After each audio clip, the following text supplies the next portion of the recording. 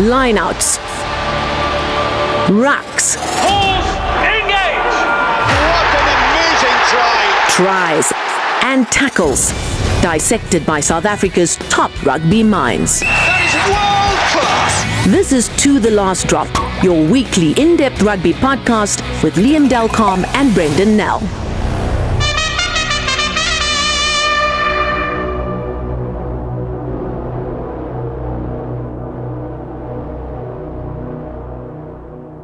This is To The Last Drop. I'm Liam Delcom.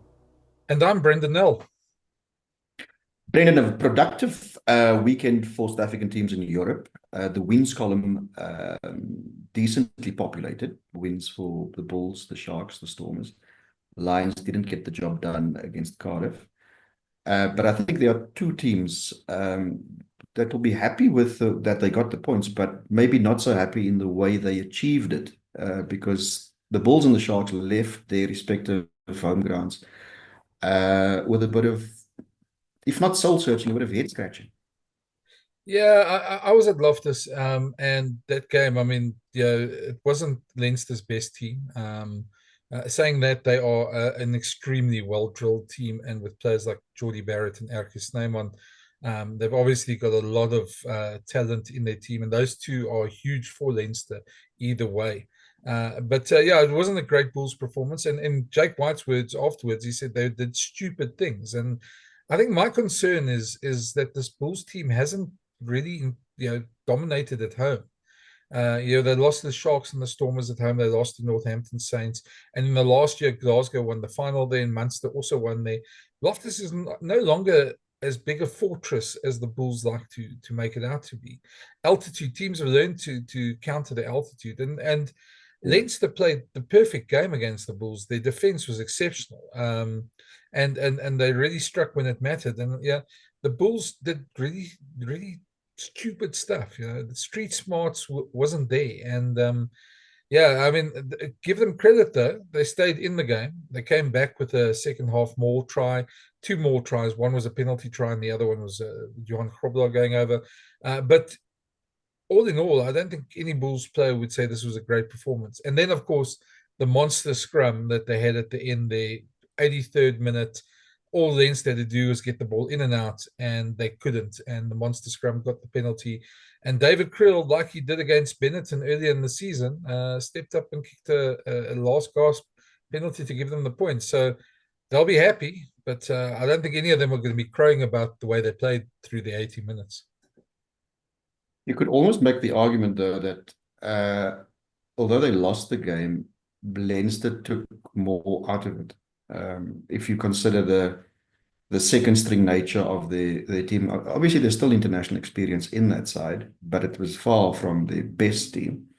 To have run the Bulls that close at something that they can bank, that actually is a very good experience. They didn't get the win, but you suspect that sort of second-tier player, I wouldn't call them second-tier, but that caliber of player would have taken an awful lot out of that, and their coaches would have learned a lot about those players.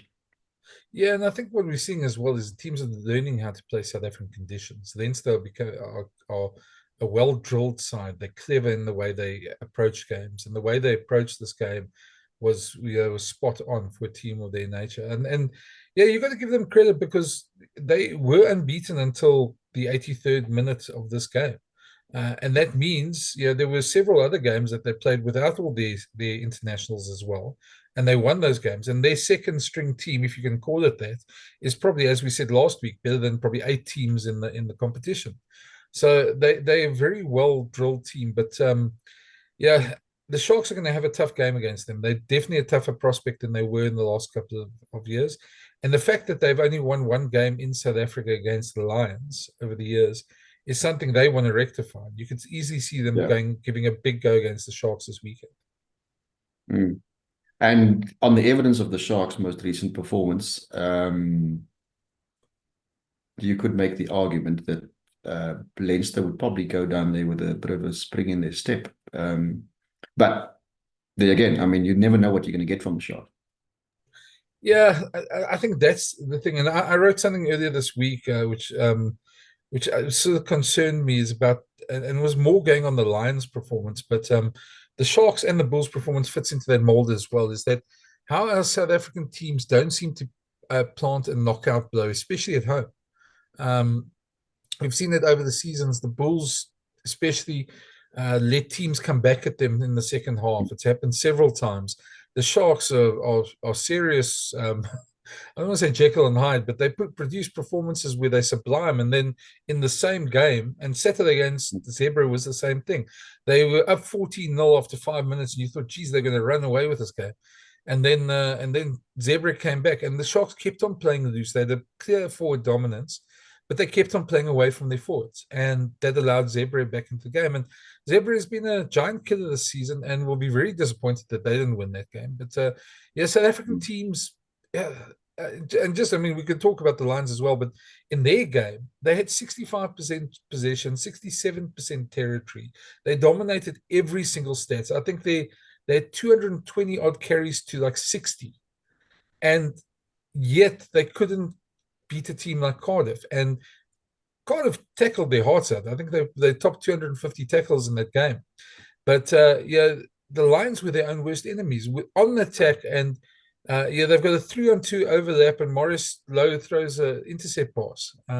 It's those sort of things that every time you think the Lions have sort of overcome that hurdle, every time you think that they're going to do well, they produce a performance like this, and you just think to yourself, geez, something is deeper wrong at the Lions. And I've said it several times, and I know I've been taken to task by some of the management for it.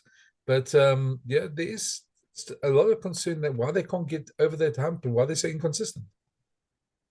Yeah. And just getting back to the Durban game, you'd also sense that that well-drilled Leinster defense that you spoke of, which may get them the job done most of the time in the URC, isn't necessarily sort of universally praised and accepted in the wider sort of Irish rugby sphere, because there has been criticism of the Jacques Nienaber influence on their defensive system.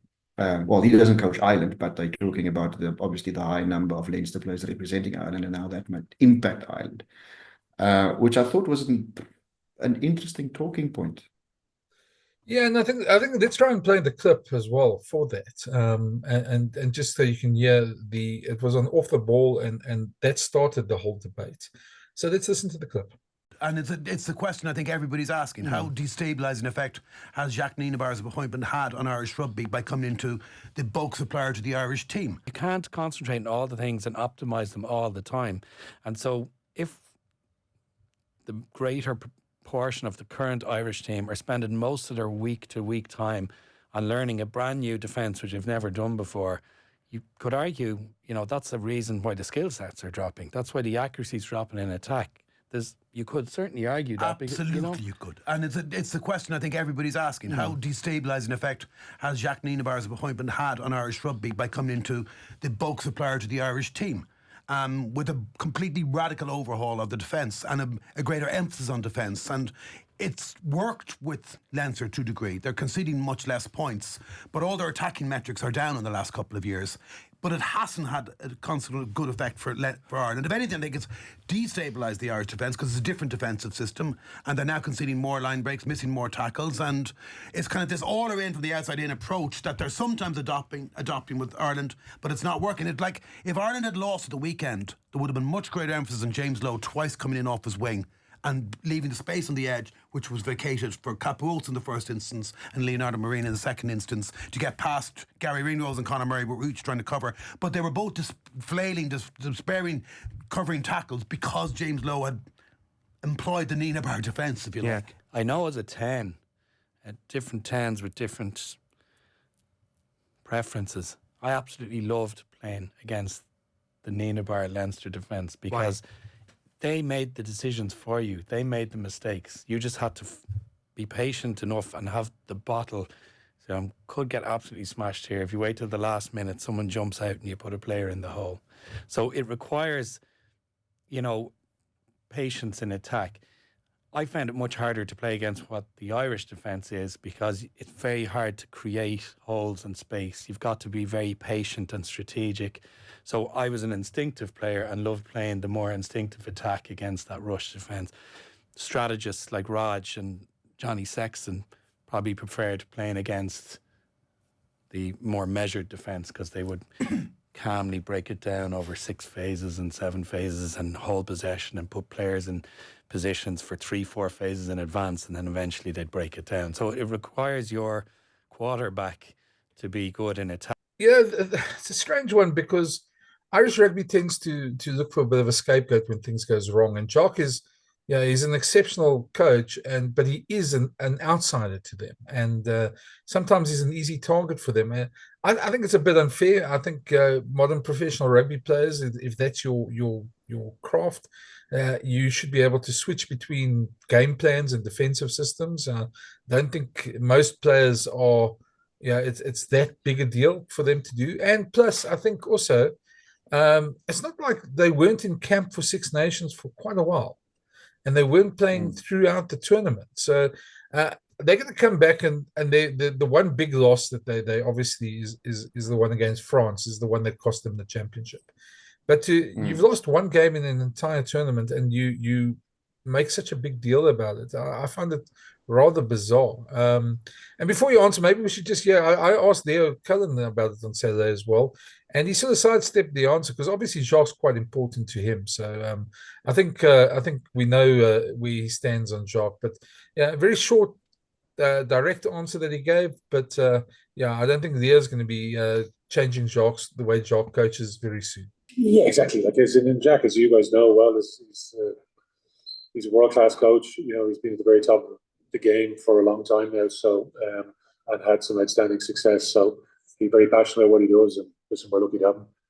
And the other point, I suppose, if you go a little bit deeper, is that Ireland for the last while has had this almost over-reliance on their supply of Leinster players, the production line that comes from Leinster, and it probably doesn't bode well for the rest of their rugby. I mean, if you look at what's happened at the other franchises over the last few years, there's been lots of coaching movements and coaching upheaval, if you want to call it that, at Connacht, at Ulster, Munster and as at well. Munster more recently.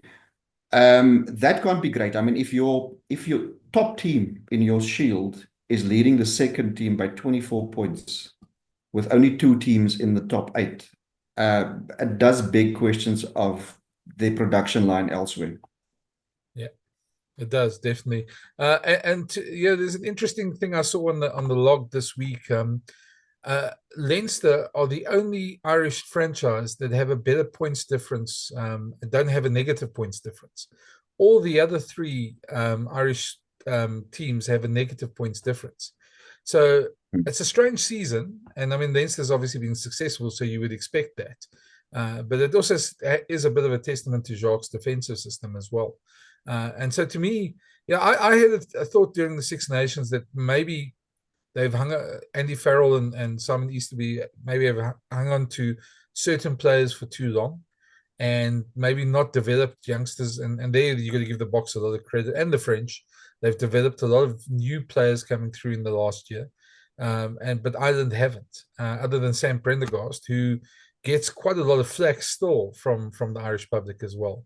There hasn't really been too many players coming through. So I think the Irish system is creaking a bit. And they're looking for scapegoats at the moment. I think they thought they were shoe-in to win the Six Nations. And some of the reactions have been quite bizarre, to be very honest.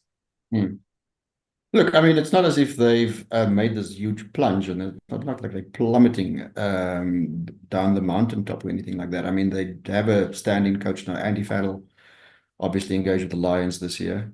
So they do have a couple of things to look forward to, and there's a lot in their system that works. So I'm not suggesting for one moment they're going to go away anytime soon. But obviously there are some issues, like with every other country, that you kind of need to.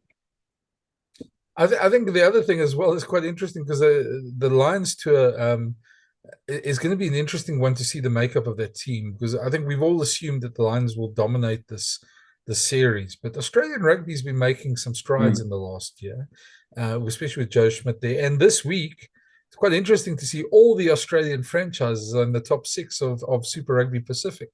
So there's a bit of a resurgence going on in Australian rugby. So, yeah, it might be a bit more spicy than we expect, that series. Yeah, and I think you also know with Joe Schmidt, obviously he knows Ireland, and that there will be, given his tactical nous, his tactical acumen, that he's gonna ask some interesting questions of them. That's not going to be a straightforward series.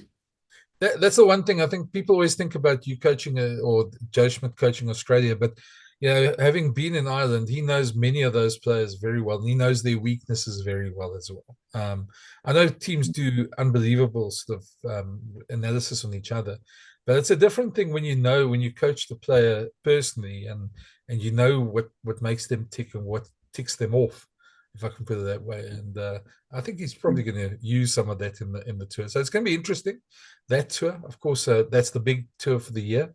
But yeah, well, I suppose we must get back to URC then, because I wanted to say to you, one of the things that caught my eye, and I thought, let's clip the chat after the press conference, because Jake was quite taken back, and I won't say offended is not the word, but he didn't like the fact that us journalists kept on saying that this was Leinster's B team. And now he made the point, and I'd like you to listen to the audio and give your thought. But he made the point that RG Snyman should be playing for the Bulls, and that Leinster might be missing their 16 players, but the Bulls are missing a lot more than that because of all the players that have been poached overseas over the last couple of years. Before you react, let's play Jake's argument. It's quite an interesting long one, and tell us if you agree. I mean, look at RG. Shouldn't he be playing for the Bulls? I'm asking. Don't you think he should be playing for the Bulls? Well, then home form and everything falls into place. You know? I mean, you're talking about, you guys saw that game tonight. The one guy in the forwards that controls everything is RG, and the one guy in the backs that controls everything is Jordie Barrett. Now, I think between them, how many tests, they've probably got more test matches than we've got URC games. So, that's why I said don't underestimate that when you have a tight head prop who's played for France, and you have a lock who's won 2 World Cups, and you have a centre that controls all their attack. He moved from 12 to 15, and they didn't take him off because they realised how important he was to their team. So I'm answering by saying our home form it's not a switch, but I'm going to keep saying to you guys that if we had RG and we had those players who would be playing in South Africa, I can tell you our home form would be completely different, because we'd be stronger and our team would have more depth, and that takes nothing away from the guys who came on today. I'm really happy for them, but I'm longing for the day I can stand in the change room and look and see there's 23 Springboks sitting in the change room. That is my pipe dream while I'm at the Bulls. But I think if they've got 16 internationals missing, I think we've got about 28 internationals missing, because they're all playing overseas. So again, I'm going to keep telling you, they're not here. So if we have all those internationals that are playing overseas coming back here, then we will have 28 internationals as well. And I'm not even talking about the ones that are injured that are here. I'm talking about the ones that are playing overseas.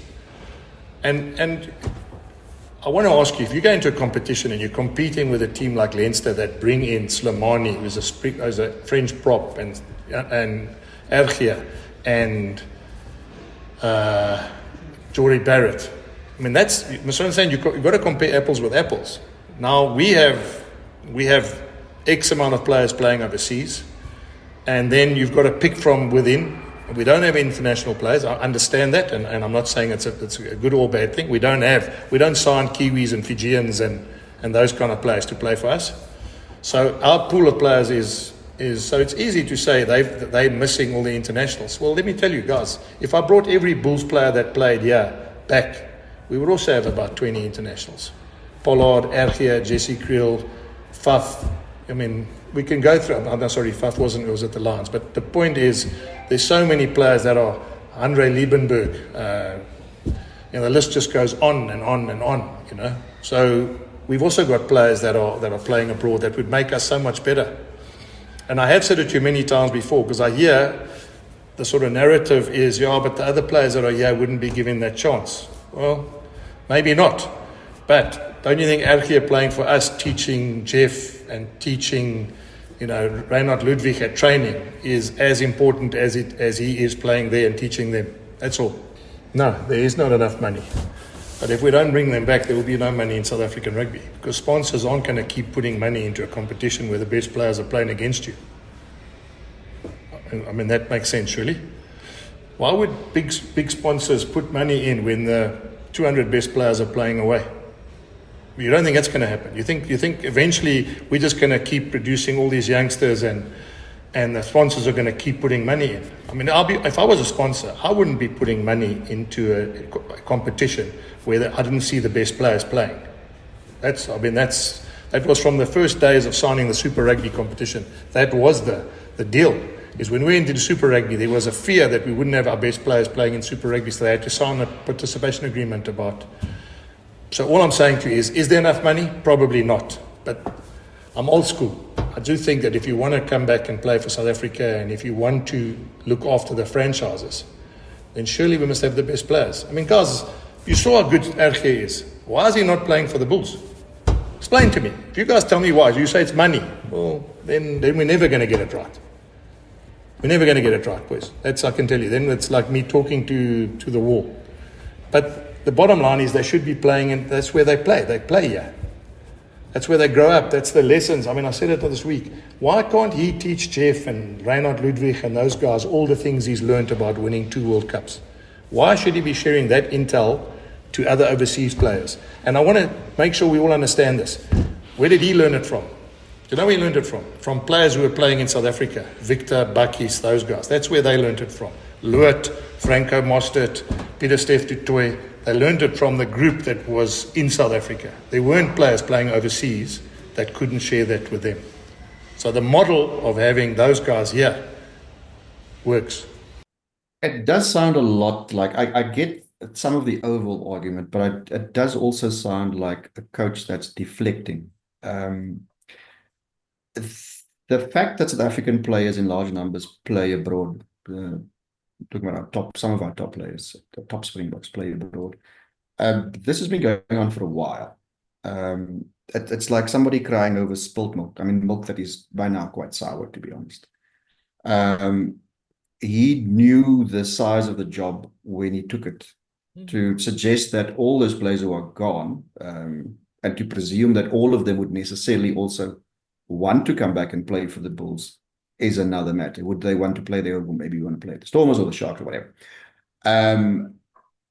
It's one thing looking at that list of players of what might have been or what could be, which is, as things stand, fairly detached from reality. This is not something that's going to change overnight. So it sounds like he's obsessing a fair amount on something that is unlikely to be solved in the short or even medium term.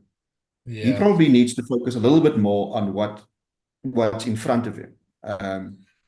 Because if you're going to obsess about something that is really a little bit out of your control, then you're probably not spending your energy in the right way.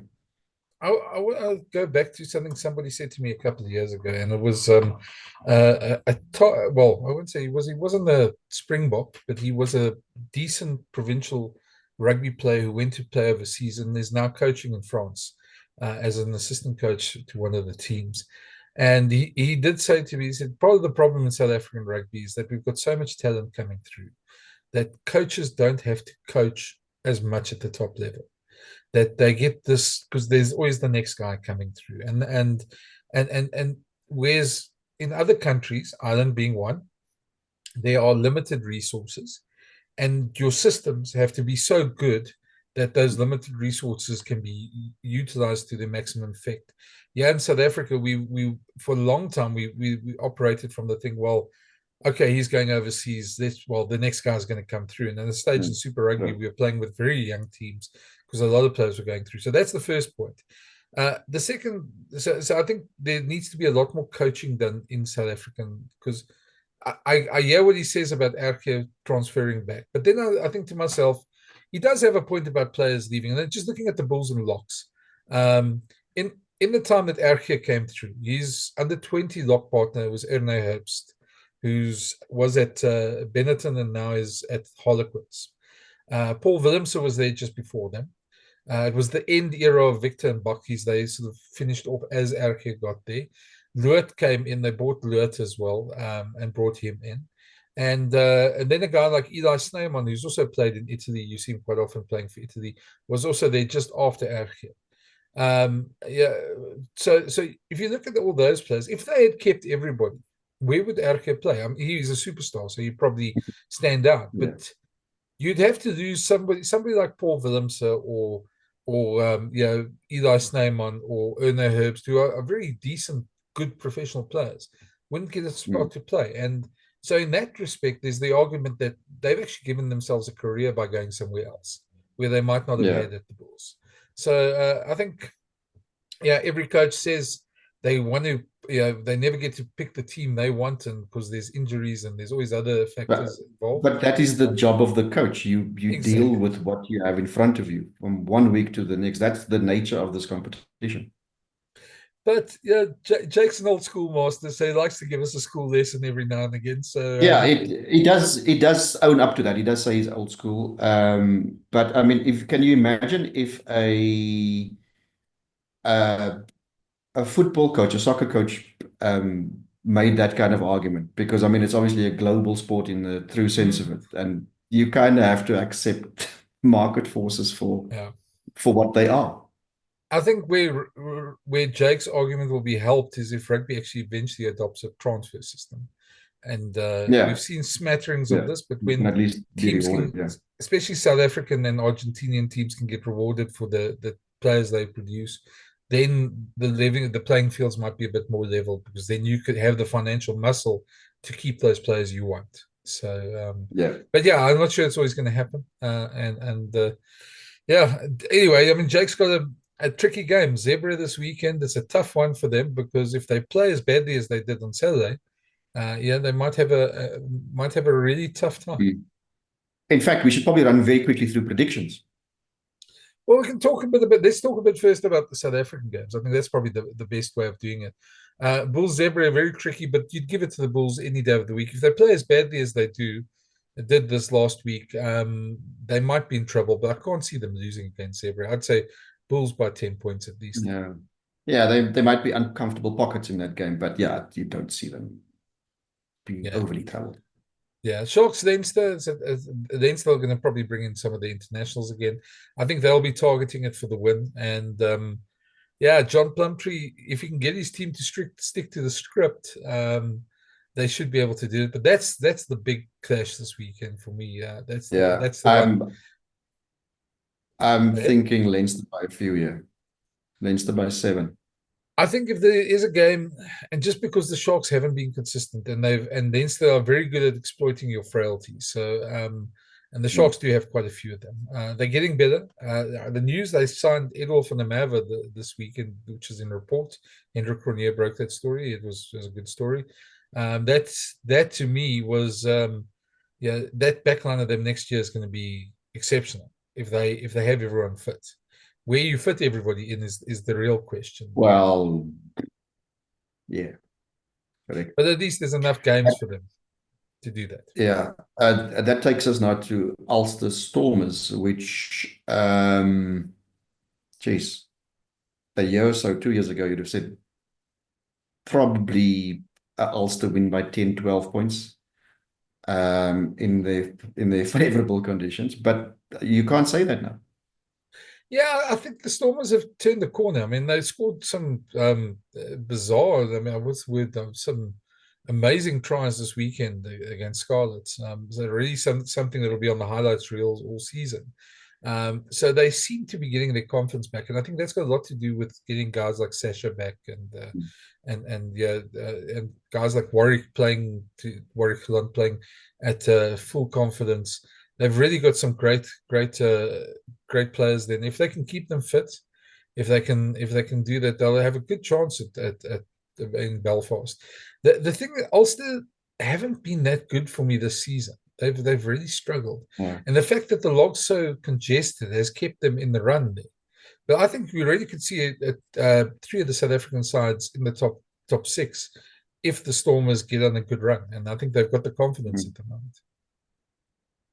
Well, the other team that the African team we haven't talked about in the context of this weekend is the Lions. They have the unenviable task of facing Glasgow Warriors away. They slipped up last week on two fronts. You obviously miss out on the win, but it's also handing opposition who is trying to cement their place in the top eight, handing them the 4 points or the five in this case 4 points. I know they've got this home run a little bit later on, but they've left themselves with a little bit to do. Now, suddenly this game becomes a slightly bigger one. Had they won in Cardiff, less pressure on them in this one, but now they kind of have to throw a lot more at it. Yeah, we had Julian Redden, who's the scrum coach, chat to us yesterday. I'm going to play his clip quickly now, but he also spoke about the massive task they have against Glasgow and how they've disappointed and made it tougher for themselves. So let's have a listen to that clip first. Yeah, I'm sorry that we also frustrated you guys, but from our side, it was frustrating. If you look at those stats, like you guys said, you would think the team dominated. I think they were smart on the evening. They got 10 balls that they kicked, they got him back. So we were slow to react towards their kicking game and to make sure we secure those balls. We were slow to react to their attacking or to fix our attacking breakdown up early in the game, where they actually made it really slow and made it ugly for us. We didn't control that better certain times of the game. So, like you said, it was a really frustrating game. Unfortunate result for us. And even though we really didn't play like we wanted to and didn't do what we wanted to, we still had an opportunity to win it at the end, and unfortunately couldn't get it over the line or on the line. So there's lots for us to fix this week. But I'm sure the guys will respond really well after this weekend's disappointment. Yeah, I think what I can say is for us the learning when you're playing with the wind or against the wind, whether you're playing in dry conditions or you're playing in wetter conditions. Almost, I think we did expect them to play the way that they were going to play. I just think it was for us in the moment. We were playing actually with the wind. They were kicking against the wind, and the kicks ended up being shorter than we thought. And then we don't catch the ball out of the end. It's almost like a confusing space between the front guys and the back guys. So it just, we didn't adapt early enough. So for us, like you rightfully said, if we want to play well against Glasgow this weekend and they do come up with different strategies or the weather changes, the ability for us to adapt earlier and adapt better, that is something that is a must for us. Julian's always a straight shooter, and I think that's one of the things we love about him. Love he's that the scrum him. Coach. So his department normally does pretty well. So, but there is something at the Lions that's a miss. As I said a bit earlier, I mean, we're dominating the stats like they did, but there's some mental aspect that they don't seem to get over those hurdles when they need to get over them. And I'm really worried about the Lions. I think they're banking too much on this home run. And they just have to have one bad game in that home run and everything's blown to pieces. Glasgow are going to be tough. I can't see them beating Glasgow at home. Edinburgh next week in the Challenge Cup, that they've got more of a chance in, but not against Glasgow. I think Glasgow will win handily. And the harsh reality is if the Lions don't make the top eight, they missed out by a very slender margin last season. It will be 3 seasons of disappointment of almost, it'll be similar disappointment because obviously breaking into the top 8 would be, and then they would have to do something. You can't just rinse and repeat and hoping for a different result. Well, they tend to rinse and repeat every year anyway. I think the most glaring thing they changed 3 years ago was they changed all the assistant coaches, but they kept the head coach. So now you got to ask yourself, if nothing's changed since then, is it the head coach? I don't know. Those are tough decisions that they have to make. But sometimes you get the idea that they almost content to be just outside the top 8. When I say that, I don't mean the players necessarily, but other elements at the Lions are pretty almost content to be outside the top 8. Yeah. If you think about it, the South African part or component of the URC from a coaching perspective has almost been the most... there's been more continuity there if you compare to elsewhere in the competition. I think only the John Plumtree going to the Sharks being a major shift in the last few years. For the rest, we've kept the ship steady, but sometimes it gets to a point where you have to make. Yeah, and I mean, I think people, obviously people involved take it personally, but at the end of the day, it's like any job. People move jobs in their normal careers, and it's just maybe they need a change, or maybe the situation doesn't suit them, and maybe it's time for renewal. So I don't think it's anything personal. I think sometimes the coach takes his team as far as he can. Well, Brenden, I mean, it's one of those things. I mean, who's to say I'll be sitting here in a few months? Things change. You just never know. And before you ask, no, I'm not taking up coaching. I mean, that's enough to drive you to the grave. I was really worried there for a moment that you were planning to take on Evan van Rooyen's coaching job, but I'm not sure you could even get it right at this point. No. So, but listen, let's quickly. Yeah, that's true. That's true. Let's go quickly through the other games, because there are a few others, and we do a quick fire round of just sort of predictions. Starting off Friday night, the other game, Ulster plays Stormers, obviously we've spoken about. Edinburgh 11th play the Dragons 16th. Yeah, we didn't actually make a prediction on that one, did we? On Ulster Stormers? No, well, we didn't. You're right. But I think Stormers should take that one. I think by 5. It'll be close. I'm going to go Stormers by.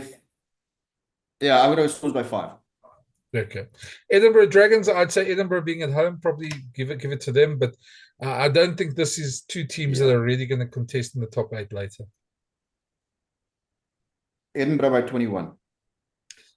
Big win there. You're not a big Dragons fan, I take it. Okay, Saturday. Yeah. No, it's not.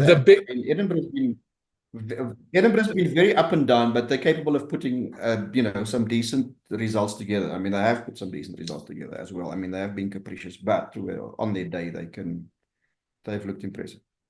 And they should have some of their Scotland stars back, so that'll make a big difference, I think, as well. Saturday is a big derby in Ireland. Connacht hosting Munster. Connacht 12th, Munster 6th. I'd say probably Munster, but derbies are tough ones to call.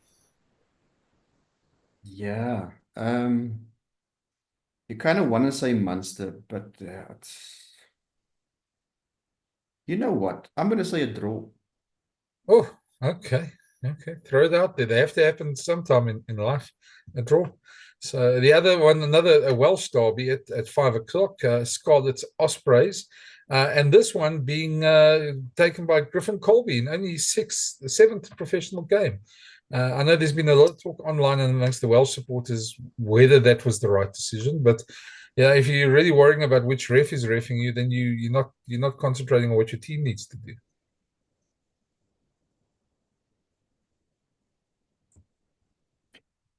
The other interesting thing is if you look at the two, it's the perfect game for Griffin Colby. Perhaps if you look at the team logos he's going to officiate on, but let that be. Look, there's a lot for Ospreys to chase in this game, because I mean they're trying to keep their spot in the top 8, or at least sort of get themselves into a position where they can hold on to a position there.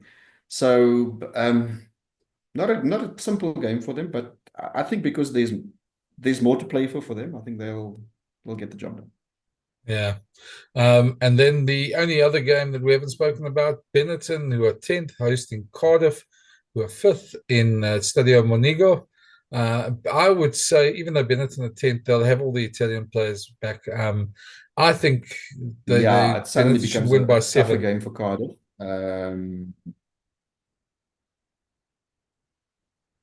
I'll go Benetton win as well, maybe by 8, if not more. Okay, well, I think that's it. That's our show today. It's been an interesting one there. Lots of talking points to talk about. Yeah, and just I want to sign off by saying maybe just sharing a story from my youth. Were you lucky enough to ever deal with Alex Grizz Wiley when he was a coach at the Lions? Oh yes, we didn't speak about Grizz.